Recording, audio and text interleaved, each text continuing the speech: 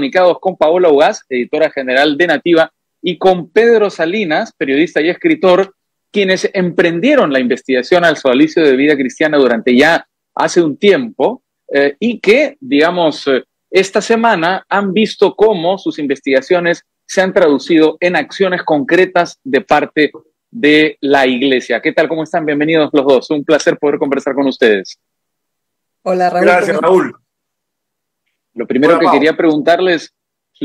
quería preguntarles son las emociones, las sensaciones que los albergan en esta semana, cuando todavía está aquí la misión Scicluna Bartomeu, cuando de alguna manera esa misión podríamos decir que corona muchos años de investigaciones, pero también yo creo, y lo voy a decir con todas sus letras, muchos años de sufrimientos y de maltratos. Sí, es una semana muy emocionante. Sí, es una semana muy emocionante, que hace que, primero, en lo personal, en lo profesional, que lo que hicimos, el trabajo periodístico que ya tiene más de 10 años, junto a Pedro Salinas, al que se unió Daniel Llovera, ha tenido frutos, es vigoroso, y yo creo que es solo eso, que lo primero que un libro de dos periodistas peruanos haya estado primero en un despacho de un papa, y luego él me recibió a mí en noviembre pasado en base a mi trabajo, porque cuando yo fui a ese encuentro, la que salía era el rey Hussein con la reina su esposa, Rania, ¿ya? Ellos representan a un estado. Yo entraba y representaba a un país llamado periodismo, y para mí fue muy emocionante porque fue una reunión que tenía, donde se ponía en valor lo que hemos hecho, transmitía la solidaridad y era como una suerte de símbolo a toda la persecución que hemos sufrido junto a Pedro Salinas 5 años, y que 8 meses después de ese encuentro mande a un comando de élite a investigar al sodalicio, quiere decir que el periodismo peruano es vigoroso, es potente y da un mensaje en momentos tan difíciles para todo el mundo, donde se está atacando al mensajero y no se escucha el mensaje, que hay esperanza. Y yo creo que ese para mí es el principal mensaje de esta visita. Hay esperanza. Pase lo que pase después, ya no sabremos. Pero para mí eso es la emoción que tengo, que hay esperanza. ¿Cómo se gestó la visita de Scicluna y Bartomeu a nuestro país? ¿Tuvo que ver con esa visita al Papa? Sí. Sí, no. Dale, Pau.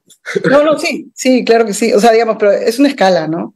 O sea, a Pedro lo condenan en abril del 2019, el mismo año lo condenan en base a una denuncia del sacerdote, del arzobispo de Piura, que es del sodalicio, José Antonio Eguren, el mismo año que el Vaticano estaba haciendo un congreso contra la pederastia clerical.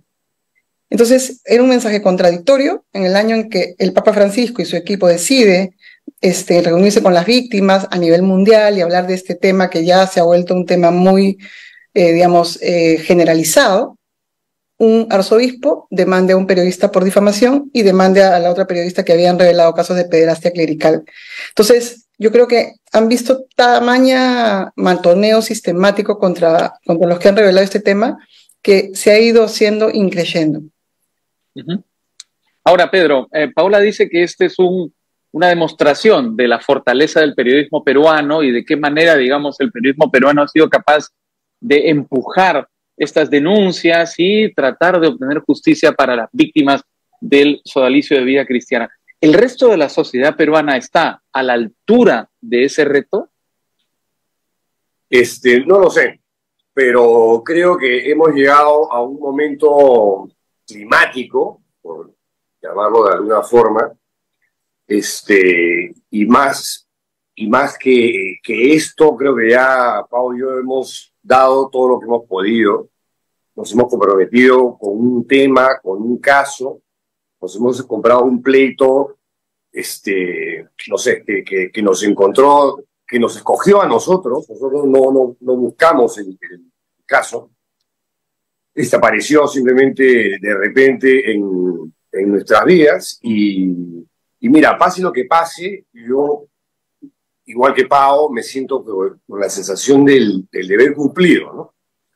Ya después de esto, yo espero dedicarme a otras cosas. Ahora, es muy interesante lo que ha ocurrido esta semana, porque esta semana, a pesar de lo complejo que es el trabajo de la misión de Scicluna y Bartomeu, digamos, es un trabajo más bien operativo. Ellos saben perfectamente cómo investigar, saben perfectamente qué preguntas hacer, saben a quiénes citar. Lo complejo, lo difícil en este caso ha sido más bien la dimensión política eclesiástica, Pedro. Sí, porque, a ver, la Iglesia no había hecho nada hasta ahora, ¿no? Digamos, hizo cosas, sí, sancionó a Figari, simuló una investigación, pero toda fue gatillada desde un dicasterio. Un dicasterio es un ministerio de la Iglesia Católica a nivel global, que se llama la Congregación para los Institutos de Vida Consagrada y Sociedades de Vida Apostólica, del cual depende el sodalicio, y en el cual el secretario ejecutivo, el que maneja ese dicasterio, es un español que se llama José Rodríguez Carvalho, que es el que ha tapado todos los penales pateados contra el sodalicio, ¿no? Quien tiene muy buena relación con Enrique Elías Dupuy, que es el procurador del sodalicio en el Vaticano.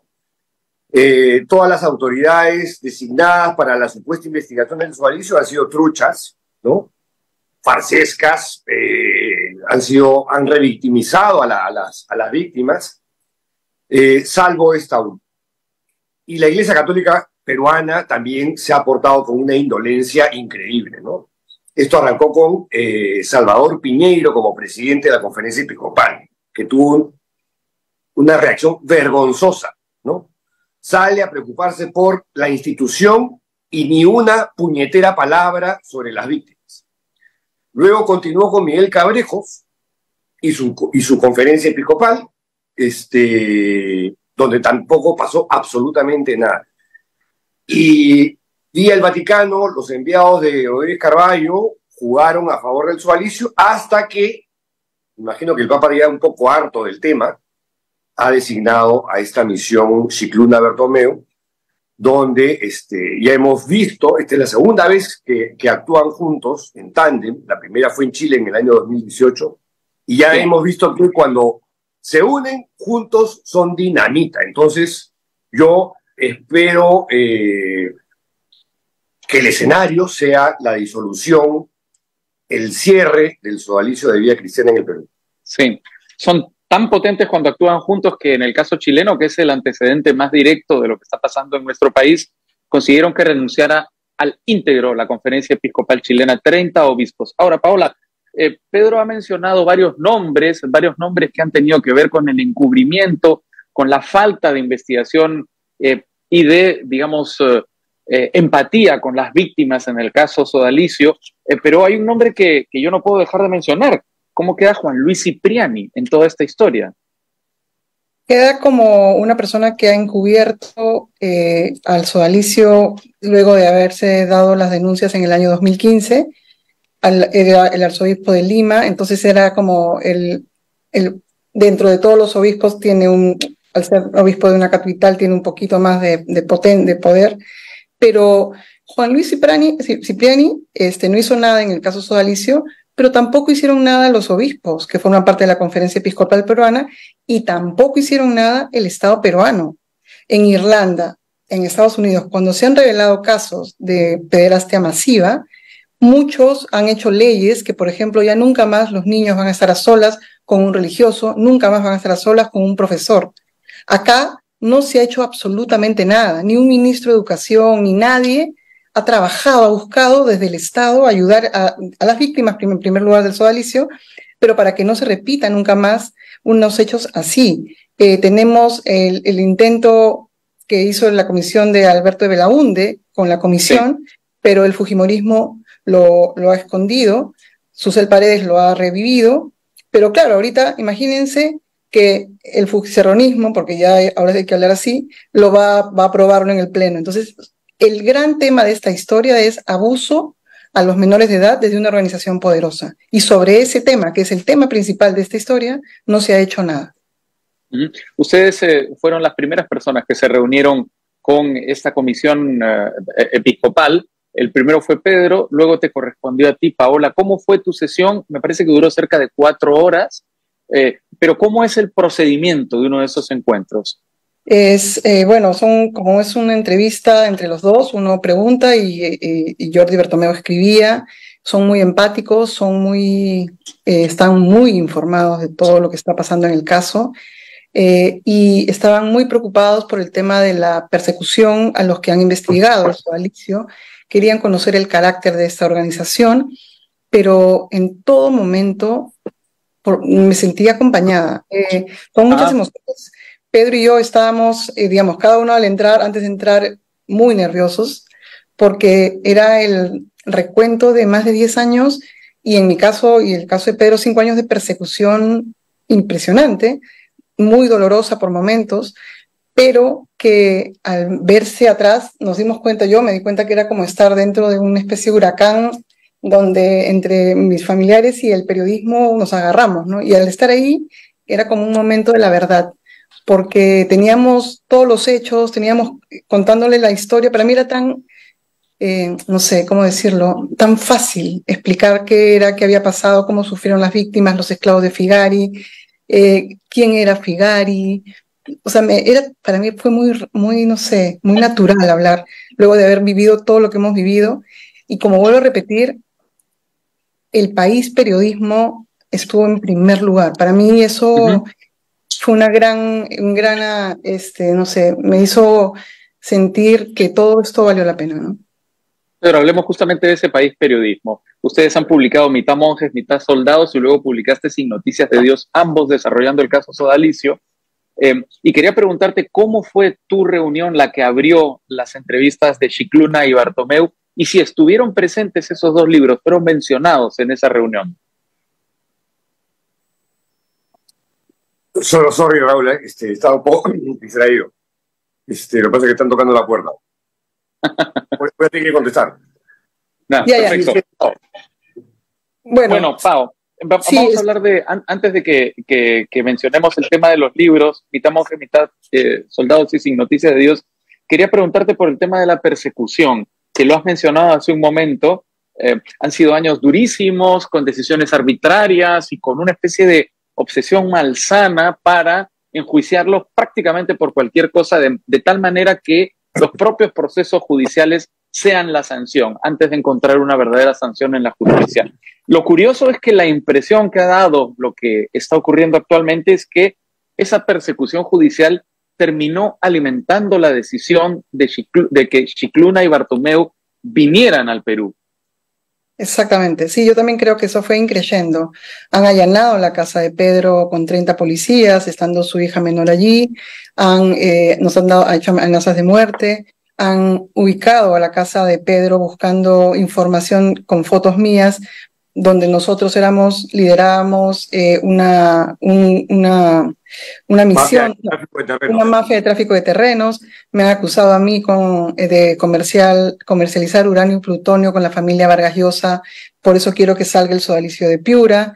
Y en redes sociales me quieren poner como si fuera tan o más poderosa que la alcaldesa de Lima. Entonces todo ha sido una mezcla tan grotesca, tan bufonesca del ecosistema de la desinformación contra mí, contra Pedro y ahora contra Daniel Llovera, que hace que nosotros podamos mostrar que esa persecución ha crecido, ha salido gracias a la prensa internacional, a un documental de la televisión española, que ha hecho que el caso del Sodalicio en Perú se haya convertido en un caso emblemático de la persecución al mensajero sin escuchar el mensaje, pero a su vez también ellos están copiando los modelos de Guatemala, Nicaragua y El Salvador, de meternos en otros delitos que no son difamación para poder ir a la cárcel y así dejemos nuestras investigaciones.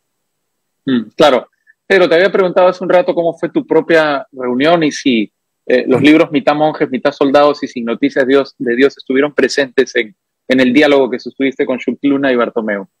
Mira, te pongo un ejemplo, tengo el libro acá en la mano, el último, el de Sin Noticias de Dios. Monseñor Scicluna, en un momento de la conversación que fue, no sé, fue variopinta, ¿no? O sea, se abordaron una diversidad de temas y de tópicos sobre el caso, y en un momento me dice, quiero hablar de la página 572 del libro, ¿no? Ese ya, y dije, wow. Le pregunté si lo había leído, me dice, mira, a ver, he pasado página por página y me he detenido en algunos capítulos que yo creo que tienen que entrar en investigación, ¿no? Y esta página 572 es la carta que nunca se envió, que narra un episodio en esta larguísima historia que se da en el año 2018, cuando yo ya fastidiado que después de 3 años de publicar la investigación con Pau, mitad monje, mitad soldado, ningún obispo haya tenido un gesto de cercanía con las víctimas y sobrevivientes del sodalicio. Entonces, pide una reunión con el nuncio apostólico, con Monseñor Nicola Girasoli, en ese momento, ahora es otro, y Girasoli le jala las orejas al presidente de la conferencia episcopal, que en ese momento, y sigue siendo hasta el día de hoy, Miguel Cabrejos. Y en esa reunión, los exodalites, que éramos como 20 en total, y al frente los obispos, nos comprometimos, los dos grupos, digamos, a escribirle una carta al Santo Padre, al Papa Francisco, que tenía 5 puntos, ¿no? Que decía que el ADN del sodalicio no es el de una organización eclesiástica. En esta larga historia de mentiras, los encubridores han salido incólumes. 3, que las reparaciones han sido una burla para las víctimas. 4, que le rogamos, o sea, imagínate, bueno, una carta inédita, o sea, víctimas y obispos pidiéndole al Papa esto, ¿no? Y le rogamos que envíe una comisión investigadora como la que destinó a Chile, conformada por Monseñor Charles Chicluna y el padre Jordi Bertomeu. Y el 5.º punto es no descarte la disolución del sodalicio. Esta carta nunca se envió porque los obispos se tiraron para atrás. Dijeron, no, mándenla. Miren, pensándolo mejor, mándenla ustedes por delante y nosotros mandaremos otra. Tremendos mariconazos. Los obispos del Perú no quisieron comprarse el pleito. Hay excepciones. El arzobispo de Lima, Carlos Castillo, que ese sí se compró el pleito. El cardenal Pedro Barreto ha tenido posiciones muy radicales cuando ha hablado ante los medios de comunicación, pidiendo, él es uno de los que ha pedido el cierre del sodalicio, y el obispo de Carabalí, Reinaldo Nan, que de los obispos fue, creo que, el que más se compró el pleito junto con Carlos Castillo, el arzobispo de Lima, cuando nos querían por difamación a Paolo Udaz y a mí. Entonces, digo, para que tengan una idea del nivel de lo puntilloso que ha sido. No, ha sido, o sea, te lo juro que como experiencia periodística ha sido de las más memorables que recuerdo, llegar a este momento. De acuerdo. Ahora, ayer fue citada dentro de, digamos, esta larga sucesión de entrevistas, fue citada la jerarquía del sodalicio. Ustedes han visto las imágenes de la llegada de la jerarquía del sodalicio a encontrarse con Chicluna y Bartomeu. Mi primera impresión viendo esas imágenes y estando relativamente informado, ni remotamente tanto como ustedes del caso, es que esto nunca imaginaron que ocurriría. Es decir, verse expuestos de esta manera ya es una derrota para ellos. No sé qué les parece a ustedes. Eso. Tal cual. Elabora, por favor. No, o sea, no voy a mentir. Yo disfruté mucho viendo la cara de incomodidad de Jaime Bertel cuando le preguntan, ¿nos van a cerrar? ¿No? Y él se pone ahí incómodo, rojo, es sumamente canchero y además está acostumbrado a guapear y matonear a la gente como suele decir Pavo, ¿no? No, yo sí disfruté el momento, las imágenes que me pasaron ayer, porque efectivamente olí por primera vez el miedo en esta gente que durante los últimos 5 años, a Pau, a Llovera, a Daniel Llovera y a mí, nos han hecho la vida a cuadritos, ¿no? Nada, es tan sintomático el asunto que los sodatroles han desaparecido en Twitter, como si se hubiesen ido de callado, ¿no? Sí, sí, efectivamente, es una cosa muy llamativa. Y la prensa aliada no ha hecho ni siquiera una mención a la visita de la misión Scicluna Bertomeu, ¿no? Una cosa alucinante. Porque es muy difícil emplear los argumentos que han venido empleando para atacarlos ustedes, para atacar una misión enviada directamente por el Papa. Pues, o sea, no van a decir que Bertomeu y Scicluna trafican con uranio, por ejemplo. Son rojos, son terroristas. O que son, ¿no?, terrucos, exactamente. ¿Cómo te sentiste tú, Paola, frente a las mismas imágenes? No, bueno, vuelvo a repetir, el poder del periodismo, ¿no? Nunca habían estado frente a un micro. O sea, Jaime Bertels, Newsvander, Juan Carlos Len, verlos ahí desfilar, además tenían la imagen de sentirse culpables de algo, ¿no? Estaban como, por primera vez responden sobre las offshore, por primera vez responden sobre las víctimas, y esa imagen, como decía Pedro, canchera, ¿no? Como siempre ellos eran, desapareció. Y además, yo creo que sentían que iban a ir a un encuentro en el cual las preguntas o la información no iba a ser fácil, sabiendo que o sea, el Papa ha enviado un comando de élite, ¿no?, conformado por Scicluna y Bertomeu.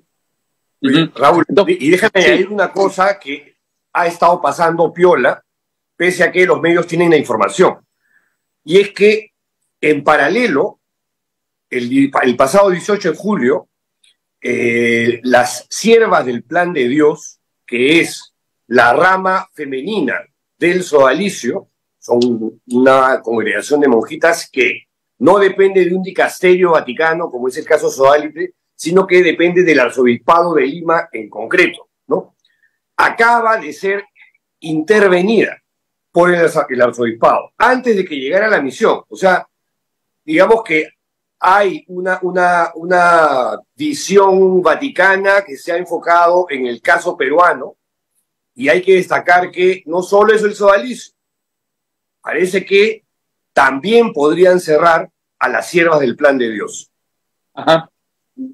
Ahora, ahí hay dos cosas que me parecen muy importantes analizar. En primer lugar, lo que tú has dicho, Pedro, que es el cierre del sodalicio, que es probablemente la máxima sanción para la institución, la máxima sanción eclesiástica, quiero decir, penalmente podrían haber otras sanciones, ¿verdad? Y la otra, que es la máxima sanción que podrían percibir los individuos, que es volver al estado laical, entiendo, ¿verdad? Esas son las dos máximas sanciones que se pueden plantear. A ver, lo de reducir al estado laical es cuando hay sanciones individuales, ¿no? A un cura, a un obispo, a un cardenal. Esto de la disolución, digamos, después de que la iglesia cerró a los jesuitas y luego cerró y asesinó a los templarios, yo no recuerdo, bueno, todavía no se ha producido, pero si se disuelve o se cierra y se le pone candado al sodalicio, créeme que yo puedo poner mi mano al fuego de que van a seguir otras instituciones que han replicado el modelo sodalicio o se asemejan por el sistema de formación que lava cerebros y manipula conciencias, como por ejemplo, no sé, otra organización peruana que tiene las mismas características es Pro Eclesia Santa o Avanzada Católica. Los heraldos del Evangelio. En Colombia han salido una cosa que son flores marianas o la flor de María, y que tienen este ADN abusador que sentaría un precedente universal. O sea, pero claro, ya yo estoy soñando, ¿eh?, con lo que le estoy diciendo, y es pura especulación, y para mí sería pues el escenario ideal, ¿no? Ahora, Paola, un par de preguntas finales. La penúltima, ¿de qué manera podría perjudicar a las personas el cierre del sodalicio? Porque un tema central son los abusos físicos, sexuales y psicológicos contra las personas, y el otro tema central son los negocios que han convertido al sodalicio en una organización multimillonaria. Pero ¿cómo podría perjudicar digamos, a la jerarquía del sodalicio un cierre de la propia congregación? Yo creo que tendría que hacerse un paso antes, ¿no? Tendría que, por el bien de la Iglesia Católica y por el bien del tratado firmado entre el Vaticano y el Estado peruano, en el cual faculta a organizaciones católicas a tener colegios, cementerios y cualquier institución sin pagar impuestos, por el bien de ese tratado a futuro, se tiene que hacer un examen de lo que hizo el Sodalicio y sus empresas para, digamos, pervertir ese tratado, estirarlo como chicle en otros negocios y hacerse millonarios. Ese estudio se tiene que hacer antes de cualquier cierre. ¿Por qué? Porque tener 8 cementerios, tener colegios, tener inmobiliarias, tener mineras y eso hecho bajo un amparo de la Iglesia Católica, quiere decir que, como decía Pedro, otros pueden copiar ese modelo. Y ese dinero lo manejan 8 personas del sodalicio, lideradas por el sacerdote Jaime Bertel. Entonces, ese manejo en el cual nadie ha tenido acceso, porque lo que ellos han creado desde el gobierno de Alan García, el segundo, es que sea una isla tributaria. Y entonces, amparados por sus relaciones políticas y comerciales, ellos están amparados en el concordato y lo han estirado a su favor, lo cual quiere decir que saben que tienen ese favor, digamos, están amurallados y tienen además un socio comercial que es un político muy poderoso que se llama Rafael López Aliaga, alcalde de Lima, que es socio de ellos en varios negocios y que no es casualidad, porque no es casualidad, que el Día de la Mujer, López Aliaga la condecore a la fiscal de la Nación, Patricia Benavides, por el Día de la Mujer y 2 semanas después abra una denuncia de enriquecimiento ilícito contra mí, o que las personas vinculadas a su partido, como Luciano Reboredo o Palomino Martínez, que forman parte de Renovación Medieval, Popular, no sé, no me acuerdo el nombre, medieval creo que es, sean los principales denunciantes contra nosotros. Y el ecosistema donde está La Razón, Expreso, Philip Butters, ¿no es cierto? Ese ecosistema está aceitado por un político que se llama Rafael López Aliaga, y si ustedes revisan su Twitter van a ver cómo insulta a mujeres, como a mí, a Rosa María, bueno, a Pedro. Entonces, hay un poder que ellos todavía tienen. Entonces, antes de cerrar el sodalicio, se tiene que hacer este análisis por el bien del país, porque eso nos va a enseñar qué se hizo mal y si se retiran del tratado o se revisa bien para que continúe de manera sin este uso perverso del concordato. Ustedes se han reunido con la comisión, ayer se reunieron los jerarcas del sodalicio, hoy día se han reunido otros periodistas, se reunió Susel Paredes.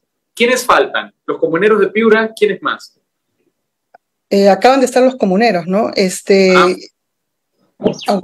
Bueno, me imagino que más autoridades, y yo creo que también la comisión deja un espacio para que mucha gente que quiera entrar a hablar, va a hablar porque nunca ha tenido confianza. Entonces, esto hasta el fin de semana va a ser un hervidero, ¿no? De nosotros pugnando por saber quiénes han hablado y obviamente en los meses que siguen, cuál es el fallo, ¿no?